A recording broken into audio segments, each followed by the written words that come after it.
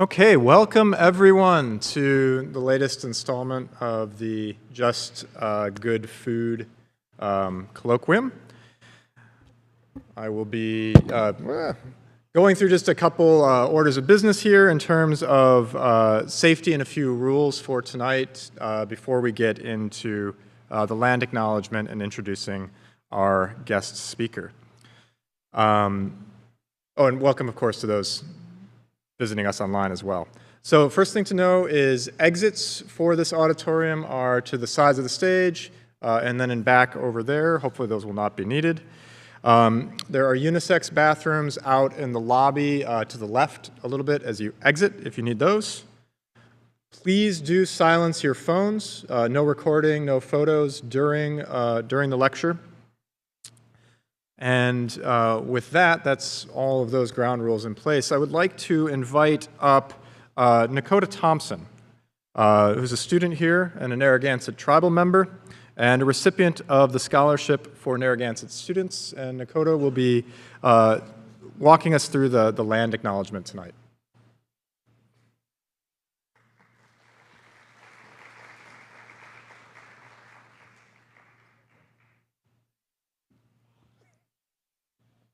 We welcome you tonight to the lands of the Narragansett and Niantic people. Tonight, as we gather to discuss the creation of equitable and sustainable resilient food systems, let us not forget these same goals should be extended to people as well to create equitable, sustainable, and resilient systems for all. The University of Rhode Island has taken a big step towards this goal. The scholarship for Narragansett tribal members has opened up opportunities for me and others to be a big part of a vibrant learning environment. I'm thankful to be able to stand here at URI, an undergraduate member, and a member of the Narragansett tribe. I hope things shared here tonight as you discuss labor and the food system will be fruitful, encouraged by the knowledge that the successes in creating equitable, sustainable, and resilient systems elsewhere. Tabani Ka Kanupanam. Thank you and welcome.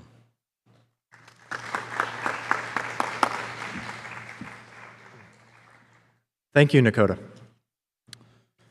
So it's now my great pleasure to introduce our guest speaker for tonight. Very excited to introduce Saru Jayaraman, the co-founder and president of One Fair Wage and the director of the Food Labor Research Center at the University of California, Berkeley.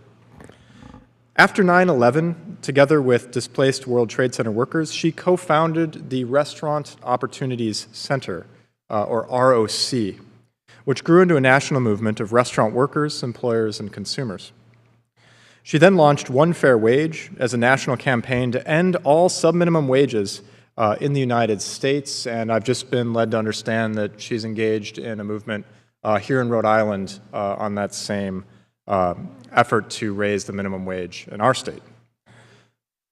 The story of Saru and her co-founder's work founding ROC has been chronicled in the book The Accidental American, and the story of the One Fair Wage campaign has been profiled in the award-winning documentary Waging Change. Saru is a graduate of Yale Law School and the Harvard Kennedy School of Government. Her media appearances are extensive. She was listed in CNN's Top 10 Visionary Women, recognized as a champion of change by the White House in 2014. She received a James Beard Foundation Leadership Award in 2015 and was the San Francisco Chronicle Visionary of the Year in 2019. Saru has also authored 4 books, including her latest, One Fair Wage, Ending All Sub-Minimum Pay in America, from the New Press. And she's also authored Behind the Kitchen Door from Cornell University Press, Forked, A New Standard for American Dining from Oxford University Press, and Bite Back, People Taking on Corporate Food and Winning. And before we invite her up on stage, she's asked us to show a brief video, which we'll do now. 26% say it will stay about the same. 50% say it's going to get worse. That is the highest that number has been since 1994. I want to bring in now president of One Fair Wage, Saru Jayaraman, who believes rather than running away from the economy, Democrats should embrace it to push for a higher minimum wage. Saru, thanks so much for joining us on this. We appreciate it. I want to play for you a little bit of Senator Bernie Sanders about how Democrats are handling the economy. What are the Republicans' response to inflation? What do they want to do? Well, maybe they want to cut wages for workers. Do they want to raise the minimum wage? No, they don't. So I think it's important to take the attack to the Republicans. What do they want to do other than complain? Here is the reality. You know, you ask, Jake, why people are upset, why young people are upset, working class people are upset, and the answer is pretty simple. For the last 50 years in this country, real wages have not gone up. That's a reason to be upset. What do you make of that, Saru? It's so true. Listen, three things. Minimum wage is always an incredibly popular issue, and even more so during times of inflation. Minimum wage polls at between 60 and 80%, which is often double the approval rating of many Democratic candidates and Democratic incumbents. So this is an incredibly popular issue that is even more popular during inflationary periods because, as Senator Sanders says, most working people are thinking, how am I going to afford the cost of a gallon of gas? You know, in the restaurant industry, for example, there's a sub-minimum wage for tipped workers that's $2 or $3 or $4 in most states. When the cost of a gallon of gas is more than your hourly wage, you are thinking mostly about how am I going to survive? How am I going to get from place to place? How am I going to feed my kids? How am I even going to get to work to get a wage that's less than the cost of a gallon of gas? So it's always popular, even more popular during inflationary periods when people just can't afford to live. And two, there's evidence that it actually drives people out to vote, frankly, more than almost any other issue or candidate, when, especially for workers who are dealing with just how do I put food on the table. I want to talk about sub-minimum wage, as you just mentioned. Some states putting that measure on the ballot. I believe Nevada, Nebraska, D.C. as well, pushing to help minimum wage workers by placing measures on the ballot there. Here's what the New York Times says. In D.C., a measure would ban the sub-minimum wage by 2027. A ballot proposal in Portland, Maine would ban sub-minimum wage pay and bring the minimum wage to $18 an hour over 3 years. Explain to us exactly what sub-minimum wage is and how do you see the future of this legislation going? Yeah, so at emancipation, the restaurant industry sought the ability to hire newly freed Black slaves, mostly Black women, actually, and extend slavery by hiring them for free, no wage at all, and let them live entirely on tips. Here we are 160 years later, the National Restaurant Association has argued to maintain that sub-minimum wage that was created at emancipation and allow people a wage as low as $2 an hour at the federal level and get the rest in tips. But here's the good news that we all should be talking about 2 weeks before this election.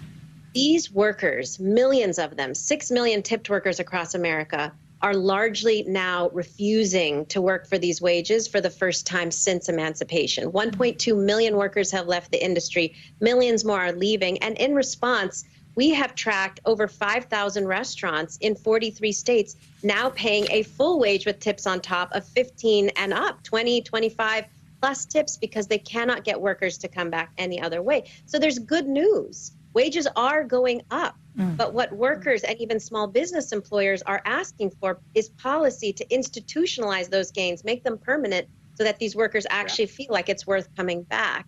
And that's what we should be talking about 2 weeks before the election.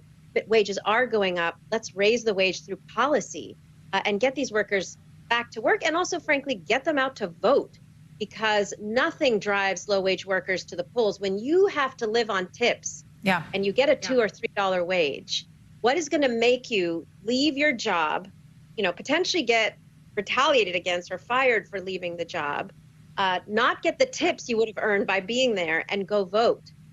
It's the chance to actually get a full livable wage permanently going forward. That is the future of our industry, that's what we should be talking about in this moment. Saru Jayaraman, thank you so much. Appreciate it. Good to talk to you. All right, when we return, everybody, our special.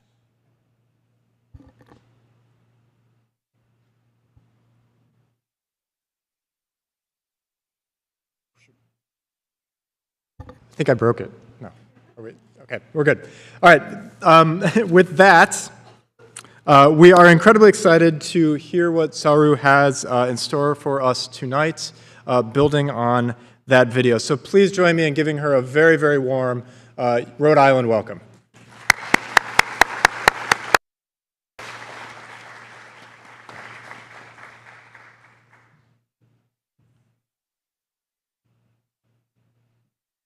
Thank you. Thanks, Patrick. Thanks to everybody for having me. Can you hear me okay?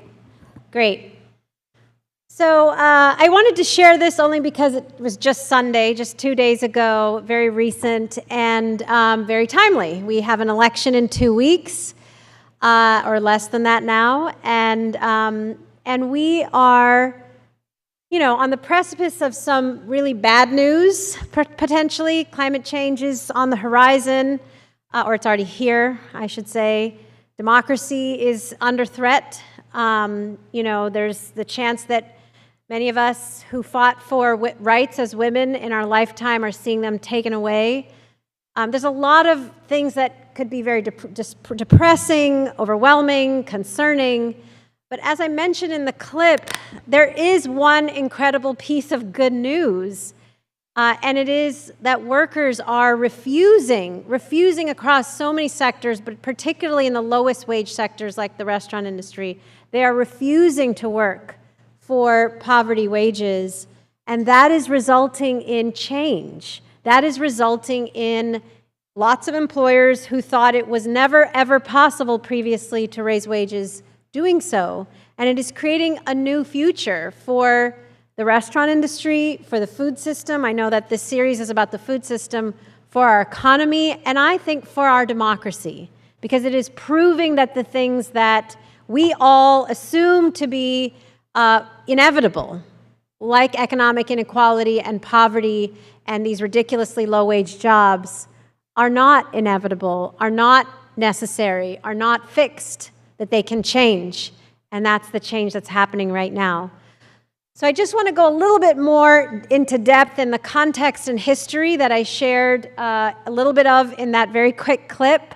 And I shared some of this in the honors class earlier, but for those of you that weren't there, it's good history to know, important history to know.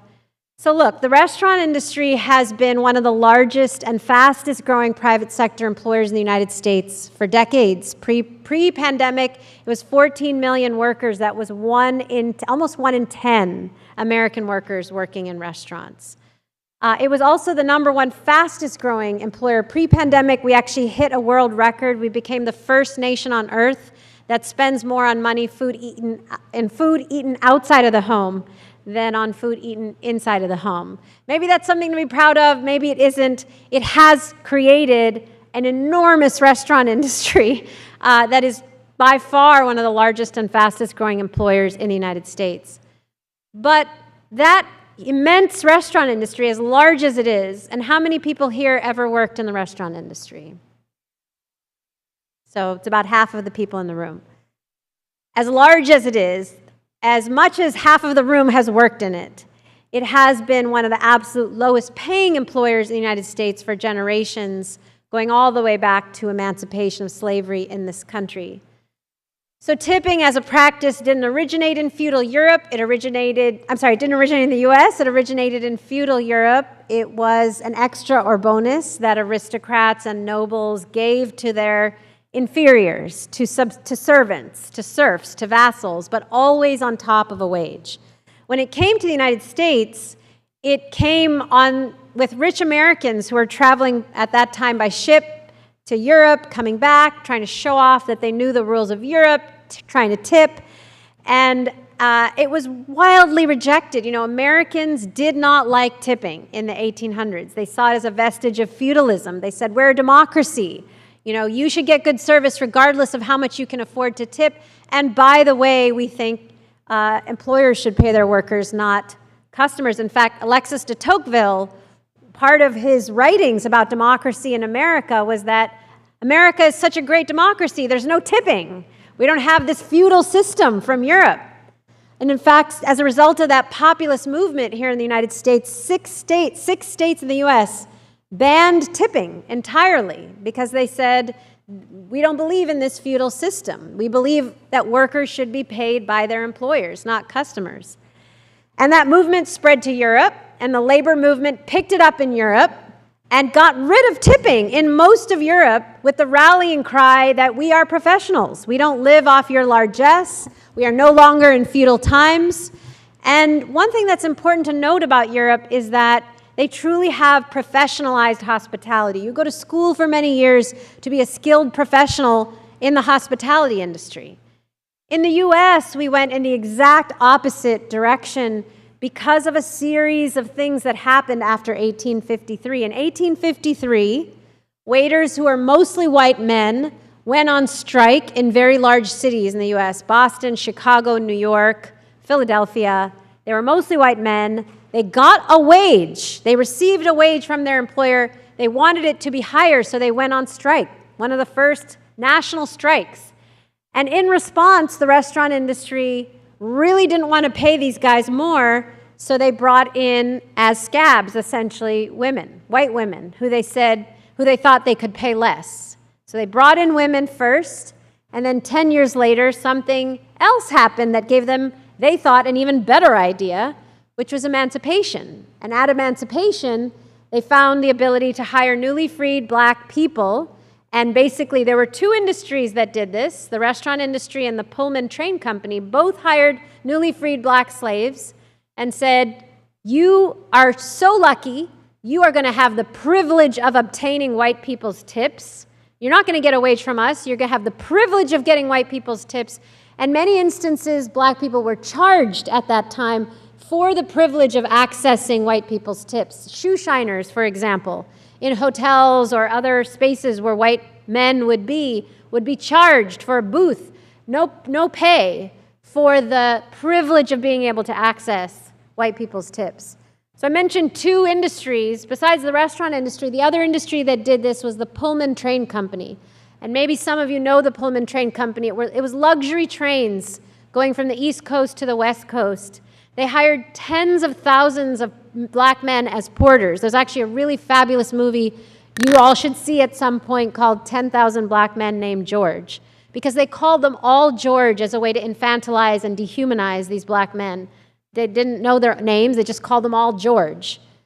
The Pullman Train Company hired tens of thousands of black men, didn't give them a wage, and said, you're going to have the privilege as porters of being able to access white people's tips. But a man named A. Philip Randolph formed the Brotherhood of Sleeping Car Porters, the first black union in the United States, and that's what the movie is about, won the right to an actual wage. He said, we should be paid by the company. We shouldn't have to live exclusively on tips. But the black women who were hired by the restaurant industry were not so lucky. They were not allowed into the waitresses union at the time. And so they were left to a $0 wage and told by the restaurant industry, you are so lucky, you're going to be able to obtain tips. That's going to be your income. And that idea that a black woman could get nothing but tips was made law in 1938 as part of the New Deal, when everybody got the right to the federal minimum wage for the first time, but millions of black workers were left out. And this is where the food system really becomes the bottom of the economy, because it was both farm workers who were excluded and restaurant workers. So the two largest parts of the food system and the ends of the food system, the farms and the restaurants, were entirely excluded from the Fair Labor Standards Act, from the bill that passed under FDR that gave everybody in the country the right to a minimum wage. Why did that happen? Well, there's a part of this history nobody talks about. In 1919, between emancipation in 1865 and the passage of the first federal minimum wage in 1938, in 1919, a group was formed called the National Restaurant Association. We call it the other NRA. Today, it's led by the chains, the IHOPs, the Denny's, the Applebee's, the Olive Gardens, Outback Steakhouse. That's who leads the NRA. We actually call the leaders of the other NRA the 4 Ds. Darden, which is the Olive Garden's parent company, which also owns Capitol Grill Steakhouse, Longhorn Steakhouse, Seasons 52, Bahama Breeze, and like 10 other brands. Denny's, Dine Equity, which is Applebee's and IHOP, and Disney. These are the 4 leaders of the 4 Ds, the 4 leaders of the other NRA. Other NRA was founded in 1919 with the express intent, mission, and purpose of suppressing 2 groups of workers' wages, agricultural workers and restaurant workers. Both happen to be food system workers, both happen to be black, mostly black at the time. So 1919, the other NRA was basically formed with the intent to suppress black workers' wages. 1938, both of these workers were excluded from the federal minimum wage. In the case of tipped workers, they were told, you get nothing, you get zero, as long as you get tips. And we went from zero in 1938 all the way up to $2.13 an hour at the federal level. And you here in Rhode Island are $3.89, I believe, is your minimum wage for tipped workers. A ridiculous wage. As much as I love you, Rhode Island, I have to say the wage is ridiculous and a direct legacy of slavery. And Rhode Island remains one of 43 states that persists with this legacy of slavery based on an argument by this trade lobby that has been around for 100 years arguing we should be the only industry, not just in the United States, but frankly in the world, because we're the only country that does this. We should be the only industry that shouldn't have to pay our workers' wages. No, you, the customers, are paying our workers' wages, therefore we shouldn't have to. That is actually exactly how it functions. Every time you tip, it detracts from the worker's wage. It allows the employer to pay less than the minimum wage. That's the calculation. Your tip detracts from the worker's wage so that the employer can pay as little as $3.89, even though the full minimum wage is much higher. So the part of the argument of these last 100 years is we don't have to pay these folks. And they paint the picture of a white guy working in a fancy fine dining steakhouse in Providence or right here in Kingston. They say they're fine. They're making 6 figures in tips. They're doing quite well.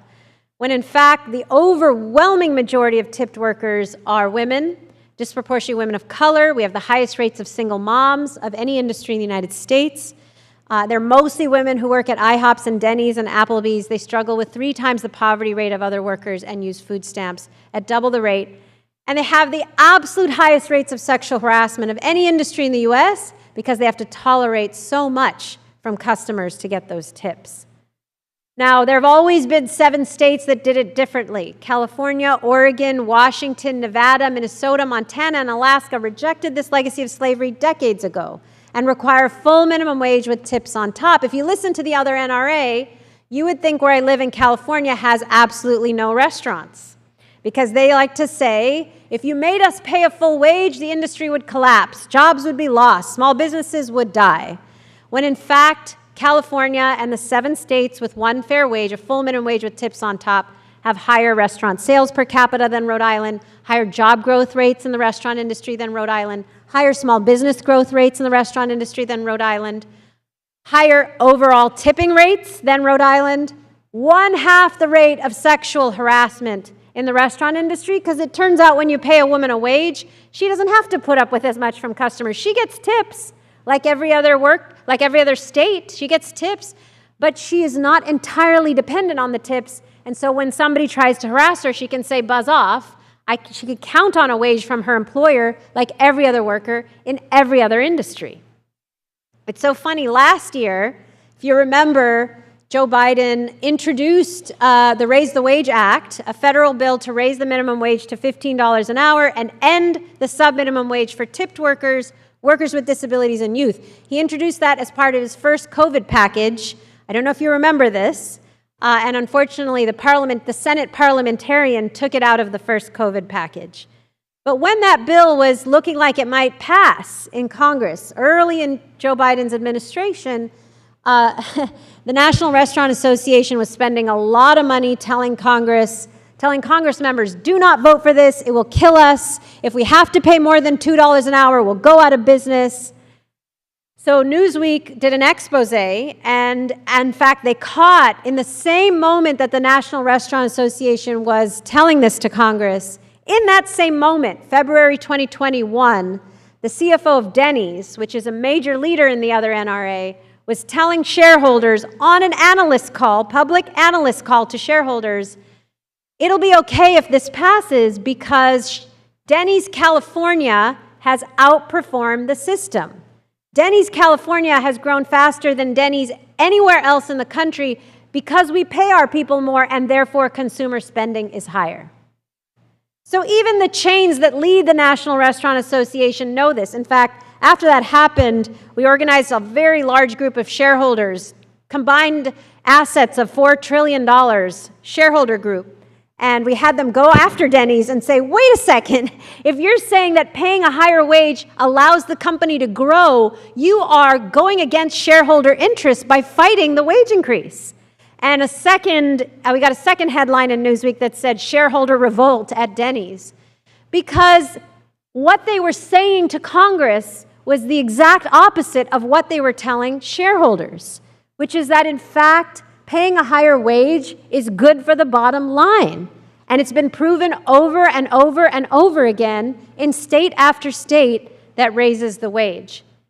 So all of this was problematic pre-pandemic. It was problematic for a huge workforce. I told you this issue doesn't, in fact, sometimes when I speak, people hear tipped workers or restaurant workers and they think, oh, that's a tiny, tiny little population. Why are we spending time talking about it?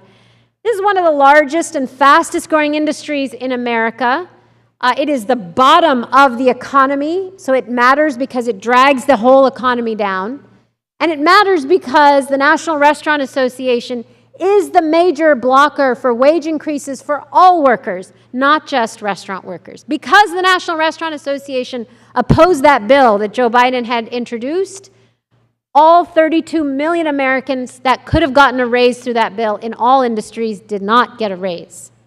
So it's important to understand, why is this National Restaurant Association fighting this so hard?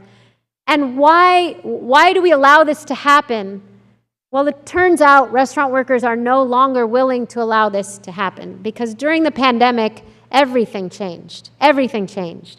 The issue was an injustice. I like to say it was a racial, economic, and gender injustice pre-pandemic. With the pandemic, it became a matter of life and death. Because with the pandemic, 6 million restaurant workers lost their jobs in March of 2020. Remember March 16th, 2020. 6 million restaurant workers lost their jobs. And we started a relief fund for these workers. We unexpectedly raised, people were so sympathetic. They saw restaurants shut down around the country. They realized what we had been saying all along was true, which is, I like to say, these workers they were living tip to mouth. They were getting tips one day in the restaurant. They had absolutely no savings. When you earn $2, you don't actually get a wage. If any of you have ever earned a sub-minimum wage as a tipped worker, you know that sub-minimum wage goes to taxes. You live entirely off your tips. So they went to work one day, got tips. Maybe they used it to pay the rent or feed their children. The next day, the restaurant was closed, no tips, no savings, nothing. So 6 million restaurant workers lost their jobs. We immediately started this relief fund, unexpectedly raised like $24 million from donors all over the country, gave it all out because 270,000 workers came to us for relief from all 50 states, including here in Rhode Island, and told us the most heart-wrenching stories. 1 in 3 of these workers told us that somebody died in the restaurant from COVID. This is something we don't talk about. We didn't talk about much then, and we don't talk about it now. We all know people died in the last several years from COVID. We don't know the extent of it, particularly in groups like restaurant workers who had no health insurance, who were exposed the entire time of the pandemic, long before there was a vaccination, long before we even understood the value of wearing a mask. These workers from day one were in the restaurants, preparing our meals while we were sitting at home getting deliveries, and 1 in 3 died. At the time, the CDC named restaurants the most dangerous place for adults to be. And UCSF, which is a top medical school in this country, named restaurants the most dangerous place to work above hospitals. Because at least in a hospital, there were multiple precautions taken for workers. In a restaurant, not only did nobody bother to find out how workers were protected, but everybody who was eating was not masked. You can't wear a mask and eat or drink, so that was not happening. And especially for workers, serving people or going to people's homes, it was a very, very highly dangerous job. And so what was a matter of injustice became a matter of life and death. When those 6 million workers lost their jobs, something really, like a light bulb, I really felt this collective light bulb going off over millions of workers' heads. Why did we accept this all this time? For the first time in my 20 years of organizing, I heard workers who came to us for relief saying, why did we accept this? And we should not go back. We should never go back to the way things were. We cannot go back unless we get one fair wage. The first time I had ever heard it in March of 2020. At that time, so many workers realized that the worst thing they thought could ever happen in their life, which was losing a crappy job that they always disliked, that they always felt was too little, that they always suffered through. And they thought the worst thing that could happen, it's a terrible job, but the worst thing that could happen is that I lose it. Because what would I do? How would I feed my kids? And they lost it. And for those that survived through that period, they realized I can survive without this $2 job. I can do something else. I can go back to school. I might actually take great pride, by the way, in being a server. I want to work in hospitality, but I can't actually afford to work in hospitality. All these speculations, what's wrong with these people? Why are they so lazy? Why can't they come back to work in restaurants? People are making very rational economic decisions that the economics professors here at the great University of Rhode Island teach you. Very rational decisions. If it costs you more to get to work than you get when you get to work, you should not go to that job because you are paying more than you are receiving. That is a rational decision. And so some left, some moved on, did other things. Some went back in the summer of 2020 when many of us started to enjoy outdoor dining again. Some went back. They found tips had gone way down because sales were down. Harassment went way up. This is an industry that already had the highest rates of sexual harassment of any industry. And we heard from thousands of women. I'm regularly asked, take off your mask so I can see how cute you are before I decide how much I want to tip you. Take off your mask so I can see the pretty face of my server before I decide how much I want to tip. Take off your mask. I want to stick my tongue down your throat. I did not make up these comments to be crass right here. We put out a call to women. We received about 6,000 comments. I am telling you, repeating some of the comments that we received. It was so bad, we worked with Professor Catherine McKinnon, who is a legendary law professor who coined the term sexual harassment. We put out a report and we called it masculine harassment, a new form of sexual harassment that emerged with the pandemic, forcing women to basically expose themselves and their families to the virus, risk their lives for the chance, not the guarantee, for the chance that somebody might like their face and therefore tip them. But the real breaking point, all of this was pretty horrific, but the real breaking point was being asked to enforce COVID protocols on the same people from whom they had to get their income. Wear a mask, sit 6 feet apart, show me your vaccination card. You know, these workers said, you are asking me to do now 2 jobs for the price of a sub-minimum, not even a minimum wage. I was a server and a bartender, now I'm a public health marshal.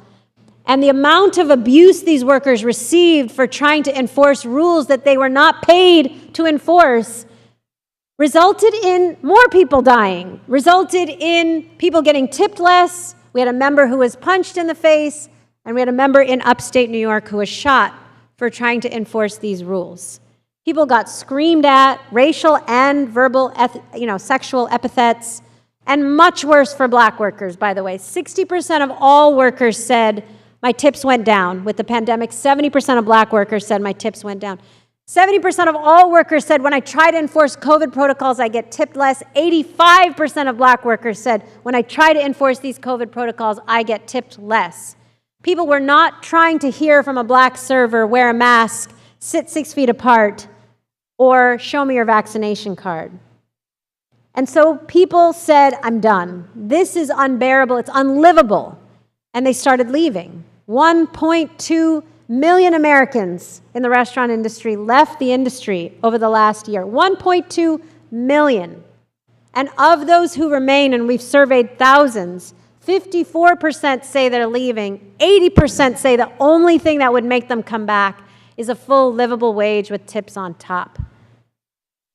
And so the most extraordinary, miraculous thing has happened in the wake of all of these millions of workers leaving, saying, I'm done.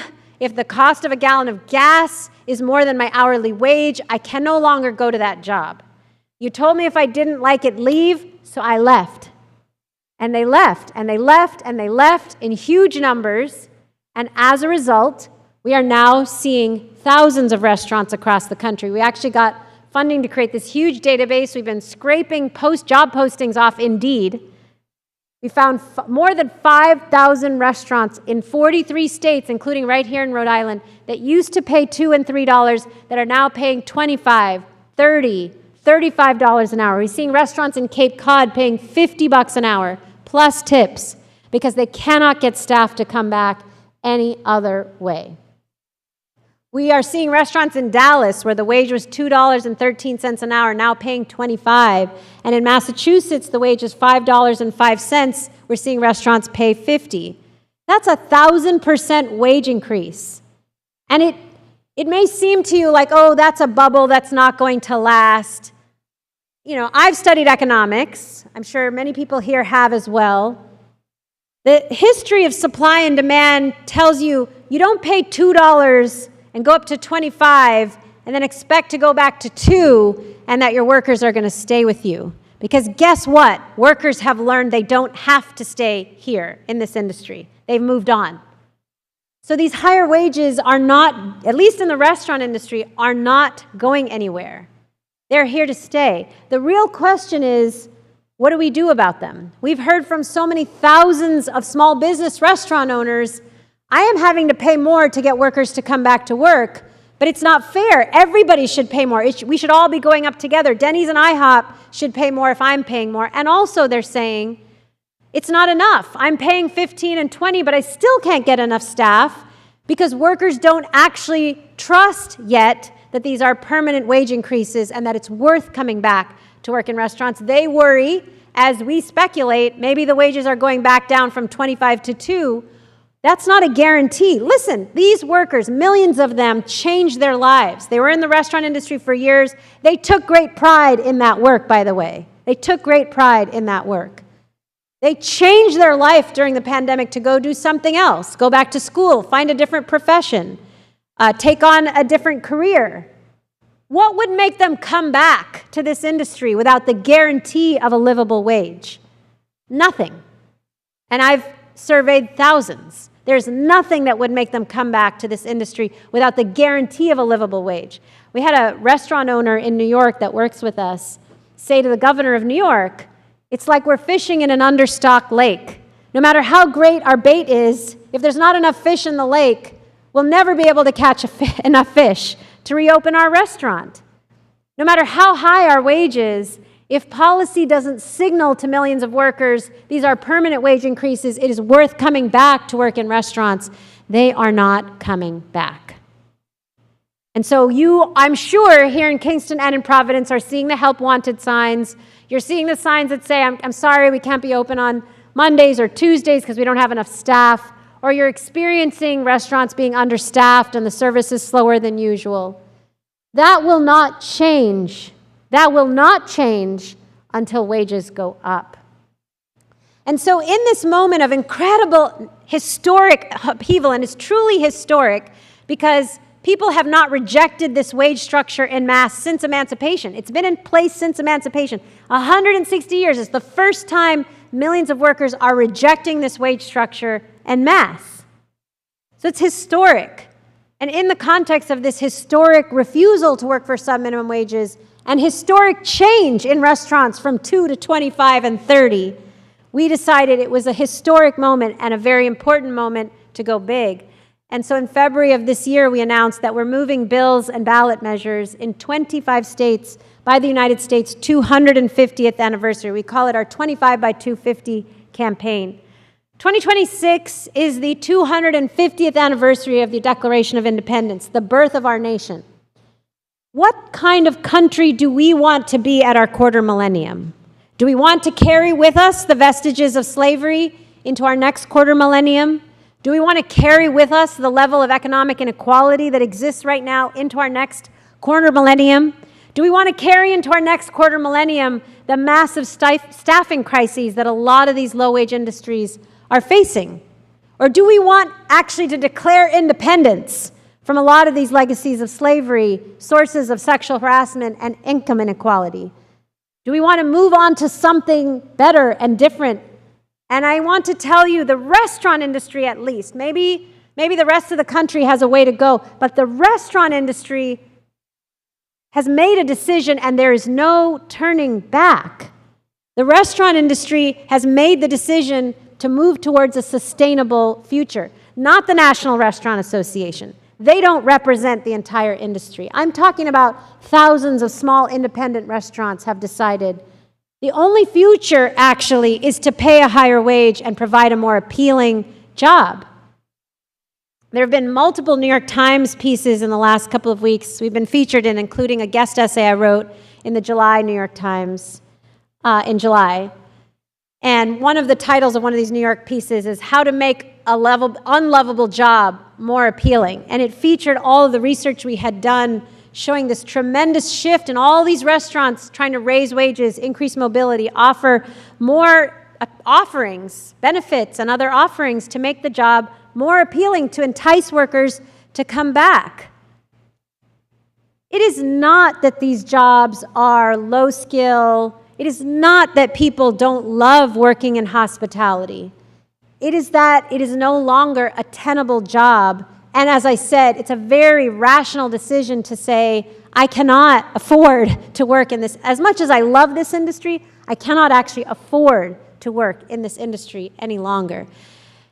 And so with this 25-state campaign, we are so thrilled and excited that we actually had our very first major victory in July when Michigan, the state of Michigan, became the 8th state in the United States to end the sub-minimum wage for tipped workers and to raise the wage 400% from $3 to $12 an hour. And that happened, that huge victory happened, believe it or not, because of Republicans. Republicans typically do not support raising the minimum wage. In fact, I have talked to many Republican legislators who believe there should not be a minimum wage at all. They believe that it is fine to allow the market to determine your wage. So if you want to accept zero, take zero. There should not be a minimum wage in their opinion. But in this case, we had collected 400,000 signatures to put a wage increase of 400% from $3 to $12, and $12 is not a livable wage, but it's better than $3. We had collected 400,000 signatures to put that on the ballot in November 2018. The Republicans who lead the legislature in Michigan announced to the press, we are concerned that this minimum wage measure being on the ballot will drive people to vote. We are concerned that it will drive workers, people of color, women to vote. We don't want them to vote. And so we're going to raise the wage, and we promise, they said, we promise to gut this after the election. They were making a promise to their business champions that they would gut the wage after the election. So they raised the wage. They took our ballot measure off the ballot. They took the exact language of our measure and made it the law. And then right after the election, during lame duck, they raised it from 3 to 12. Right after lame duck, they drove it back down from 12 to 3. And a year later, so many workers who earned $3 were told, sorry, you earned too little. You do not qualify for unemployment insurance. And that happened to 2/3 of tipped workers across this country, including here in Rhode Island. They were told your tips don't count towards the calculation of your benefits. Sorry, you don't get unemployment. I will give you the example of a mom that we work with in Michigan named Sarah Mae Seward. Sarah Mae is the mother of an autistic child. She's a bartender in upstate Michigan, small town in a dive bar she works. And she told us, I religiously reported my tips to the IRS, but when I went to apply for unemployment insurance, when I lost my job in March of 2020, the state of Michigan told me, your boss never reported your tips, so it looks like you just earned $3.67. And so it looks like you didn't work enough to qualify for unemployment insurance. So she was marked as a denial. Then she applied for federal unemployment insurance. Supposedly, the federal unemployment insurance was supposed to go to everybody regardless of their income, but it came through the state system. So when Sarah Mae applied, she was told, yes, you're eligible, you should get this. but she never could actually access the money because the state had marked her as a denial, and so when the federal money came through, she was blocked. So Sarah Mae Seward never got unemployment insurance, and she is one of about 4 or 5 million workers across this country who never got unemployment insurance because they were told their wages were too low. And then 2 years later, when they refused to go back to the restaurant industry because they said, if the government tells me I earn too little, I probably earn too little and I shouldn't go back to this job. And when they didn't go back to work, then the media and elected said, oh, look at these lazy people staying home collecting unemployment insurance, when most folks never got the unemployment insurance to begin with. Well, Sarah Mae ended up working with us, big campaign over the last many years. She ended up running for office. She's about to become a state representative in Michigan. And in July, Michigan courts declared that what the Republicans did back in 2018, raising the wage and then reversing it back down, was unconstitutional. And therefore, their original law that they passed is now the law of Michigan. So because Republicans attempted to suppress the vote in Michigan, we now won one fair wage in the state of Michigan. Thanks. And that's just the beginning. We are, as you saw, the MSNBC quoted the New York Times, which was a story we worked on for months with that reporter, and they cited our 2 ballot measures. We've got a ballot measure on the ballot in D.C. to raise the wage for tipped workers from $5 to $16 an hour, and on the ballot in Portland, Maine, to raise the wage from $6.50 to $18 an hour plus tips. And I got to tell you, minimum wage measures never fail on the ballot. In the history of the United States, in red, blue, and purple states, minimum wage measures never, ever fail because most Americans agree. And you heard me say it, it always polls between 60 and 80%, doesn't matter the state. Most Americans agree, whether they're Republicans, whether they're Trump supporters, whether they're Democrats or independents. Most Americans agree that when you work, you should be paid. You should be paid by your employer. You should be paid a wage that allows you to survive. Because what kind of country are we in which you actually work? You may work 2 and 3 jobs, and you still don't earn enough to feed your children. You still don't earn enough to not be on public assistance. You still don't earn enough to survive, even though you are working very, very hard in a job that in Europe is considered to be a skilled profession. What does it say about us as a country when that happens? It says that it's time to end these legacies of slavery that have ongoing implications for our economic system and our ability, frankly, to survive as an economy.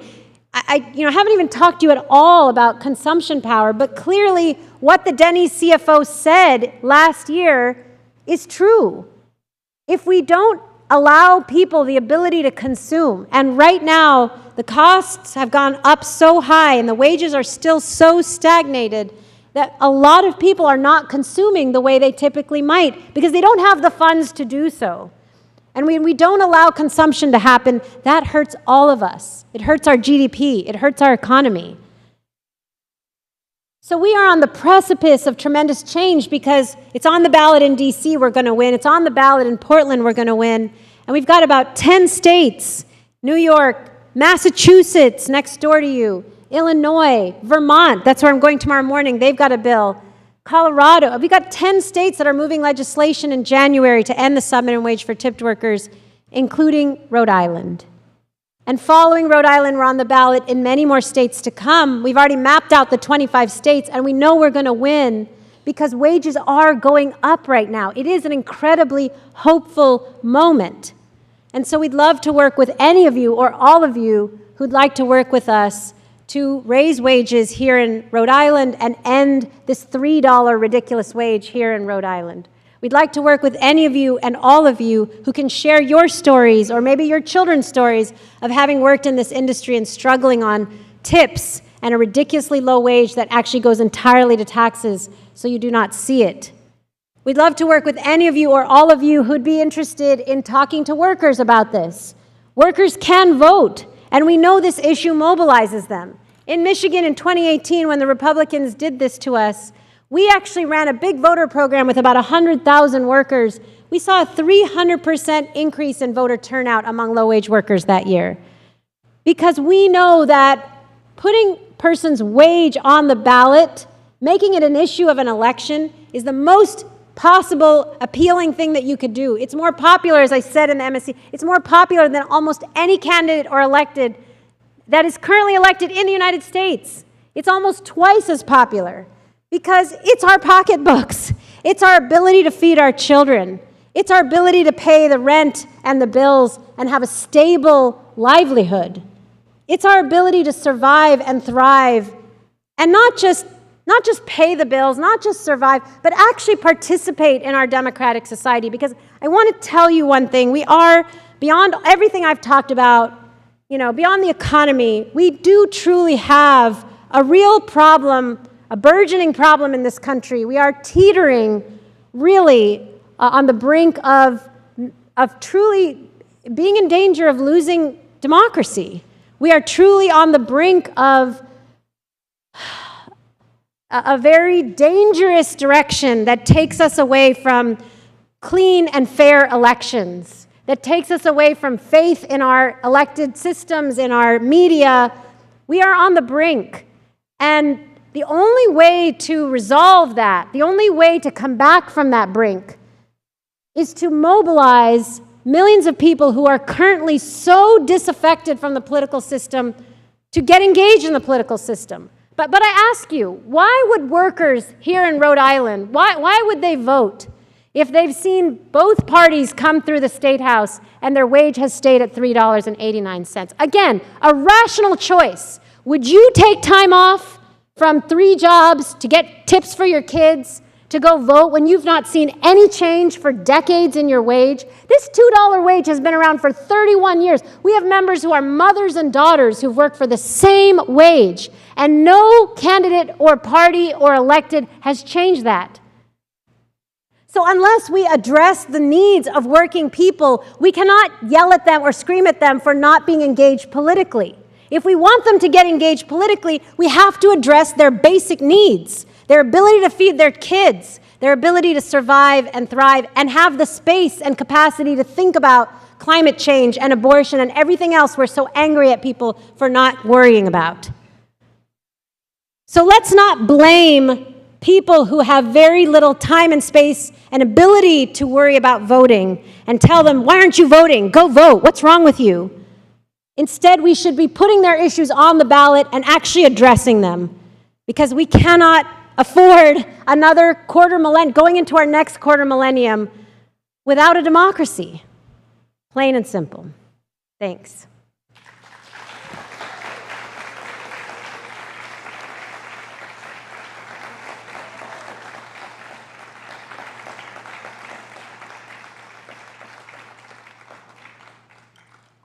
Thank you, Saru. That was inspiring. We have questions. I know Saru wanted to have a conversation after her talk, so.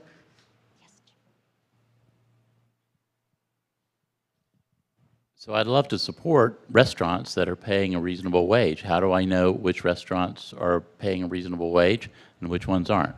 Great question. We have a website you can go to called highroadrestaurants.org, H-I-G-H, road, R-O-A-D, restaurants.org.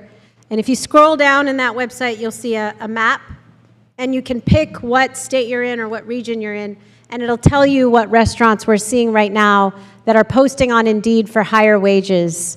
And as I said, although the wage here in Rhode Island is $3.89, we are seeing restaurants here paying $15, $20, and up because that's how they're realizing they're going to attract and retain staff.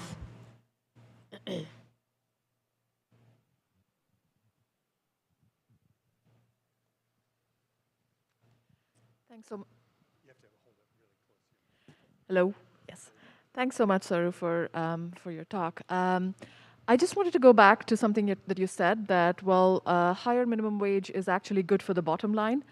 Why is it such a tough sell then, especially with the other NRA? And where are we at in terms of like getting the major players in the other NRA to see that this is actually a viable strategy? Yeah, it was a really great question that I'm going to repeat in case you didn't hear it. And tell me if I got it right. She said she wanted to hear more about what I said, that paying a higher wage is actually good for the bottom line. And if that's the case, why is it such a hard fight? Why can't we get the National Restaurant Association and the chains that lead it to actually agree? If it's actually more profitable, as Denny's admitted, why can't we get them to agree? So first I want to explain why it's better for the bottom line. So we have done years of research on this, years. We did it with the Cornell School of Industrial and Labor Relations. We've done it with economists and thousands of restaurant owners doing case studies. You may know I'm an academic in addition to being an advocate, and so we've done years of research on this. We've even calculated, after surveying and talking to thousands of restaurant owners, how much employee turnover costs the average small restaurant. And here's the thing. Restaurant industry has the highest rates of employee turnover of any industry in the United States. This issue of 1.4 million workers leaving the industry, it's not actually new. Even pre-pandemic, the industry was facing a massive staffing crisis. Not as bad as now, but they were. And it's because there's so much churn. It's a 300% turnover rate. That's 3 people in one position in 1 year. That costs an immense amount of money. Every turn, we calculated, costs a restaurant about $12,000 because it's rehiring, retraining. The employee morale goes down when you keep bringing in a new staff. You have employee theft when you have high levels of turnover, very low sales because somebody who's brand new just can't sell the food and the wine, as well as somebody who's been there a long time. The quality of food goes down when you have high rates of turnover. So turnover is a huge expense that is not calculated as part of a typical profit and loss statement. And it actually it's quantifiable, and it costs employers money. And so why so many restaurants? We have an association of high road restaurant owners. These are restaurant owners that take the high road to profitability. They are committed to livable wages, ethical practices. It was 800 restaurants in our association pre-pandemic. It's 2,500 restaurants today because so many restaurants during the pandemic realized a couple of things. One, they couldn't get staff unless they raised wages. After the murder of George Floyd, we heard from hundreds of restaurants that said, I just want to move away from these really racist practices. Many people knew this is a legacy of slavery, but also there is now irrefutable data that tipping in this country is not actually simply correlated with the quality of service of the server. It is correlated with the race and gender of the server. So white men always get tipped more than black women, even if a black woman works alongside a white man and provides what researchers call perfect service. They always get tipped less. It is because of all of our universal, I'm saying everybody in this room has something called implicit bias. If you want to learn more about implicit bias, look it up on Harvard University's website. There's even a little test you can take. There's nobody in this room that does not have implicit bias. It is unconscious bias that we have as Americans from everything we've seen and read and been fed for our entire lives. Because there's bias in our society, and it is in us, whether we want to admit it or not.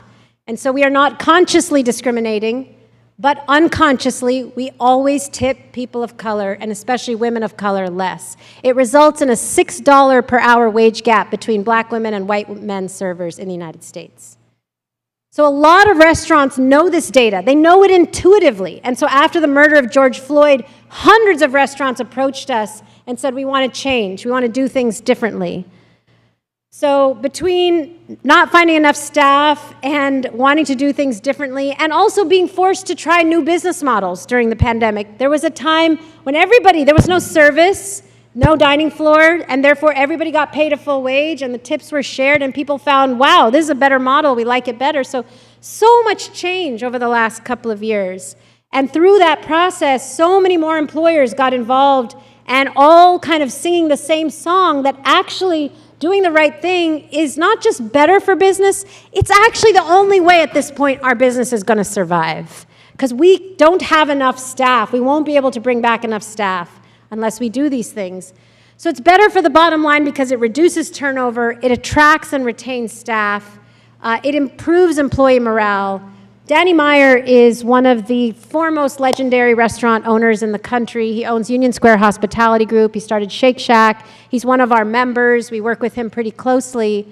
He wrote a book called Setting the Table, and he said, we're a customer-facing business. As a customer-facing business, our number one priority has to be taking care of our workers because they're the ones who interact with our customers. They're the ones who will sell the food and the wine. They're the ones that present our experience as a positive one or a negative one, and so we have to invest in them.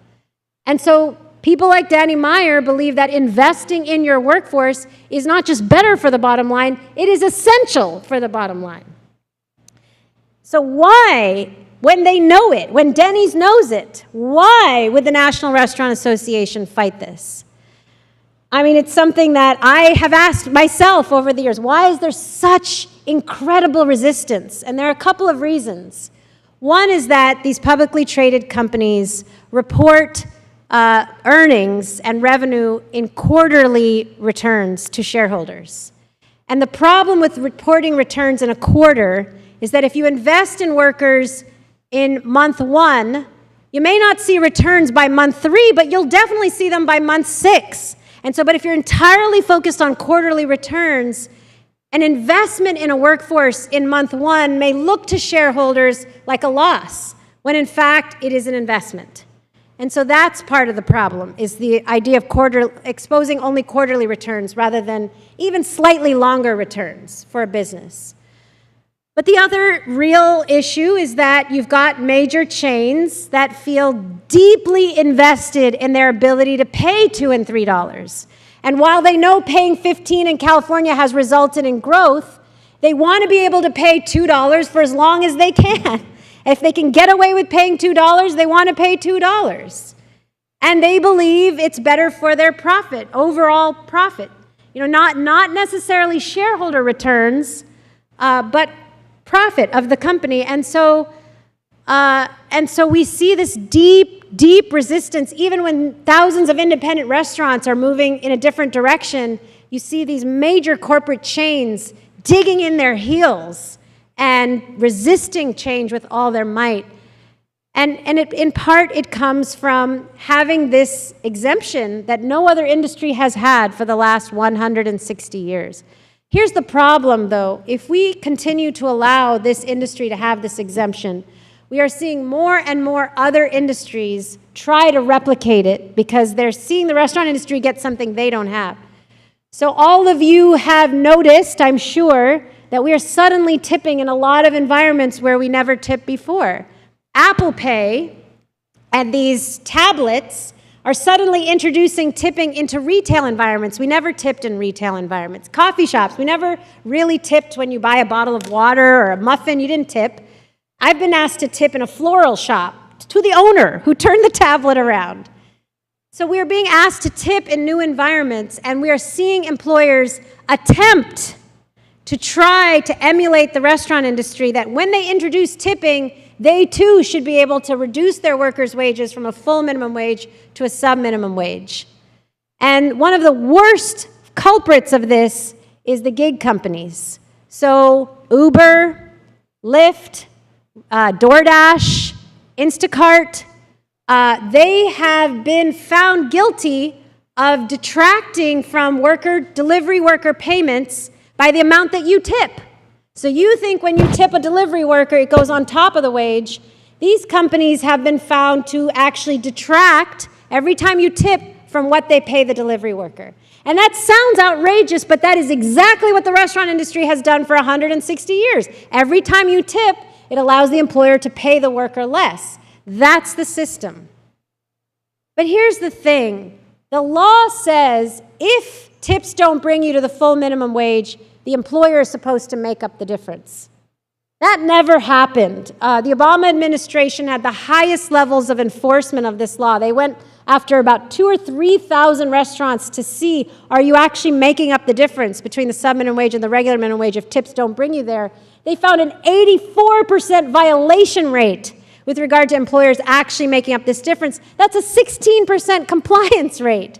But even if there was a 100% compliance rate, you'd still have a workforce that's majority women having to get tips to feed their kids and put up with the worst harassment of any industry to get those tips. And so it doesn't work. The system doesn't work. And we were actually on the cover of the New York Times last Thursday with a huge story. That was the story that was cited in that MSNBC piece that said battle over tipped wages heating up. And it was entirely about the fact that the majority of workers right now are saying tips aren't even bringing me to the full minimum wage regularly, and my employer never makes up the difference. So these are all major issues that detract from, this industry's future. And so many small businesses are seeing the future, and the chains are just resistant for a lot of bad reasons. Any more questions?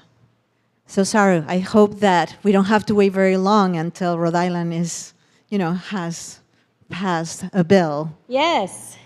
Well, we do have a bill that's being introduced in January. We would love to work with anybody and everybody. I was telling Patrick, in San Jose, California, the minimum wage went up several years ago. Before the state minimum wage went to 15, San Jose went to 15 first. And it was students in a college in a class project with their professor that said, we want to raise the minimum wage in San Jose, wrote the bill, took it to the San Jose City Council, got it passed, and that resulted in the entire state of California raising the wage as well. So students can do a lot, and we'd love to work with any of you that would want to work on this state bill with us. It's a great experience to learn how does legislation move? How do you advance an issue? How do you change the narrative? How do you push up against big corporate forces and still win? Great project. Well, with that, please join me in thanking Saru for a very inspiring talk.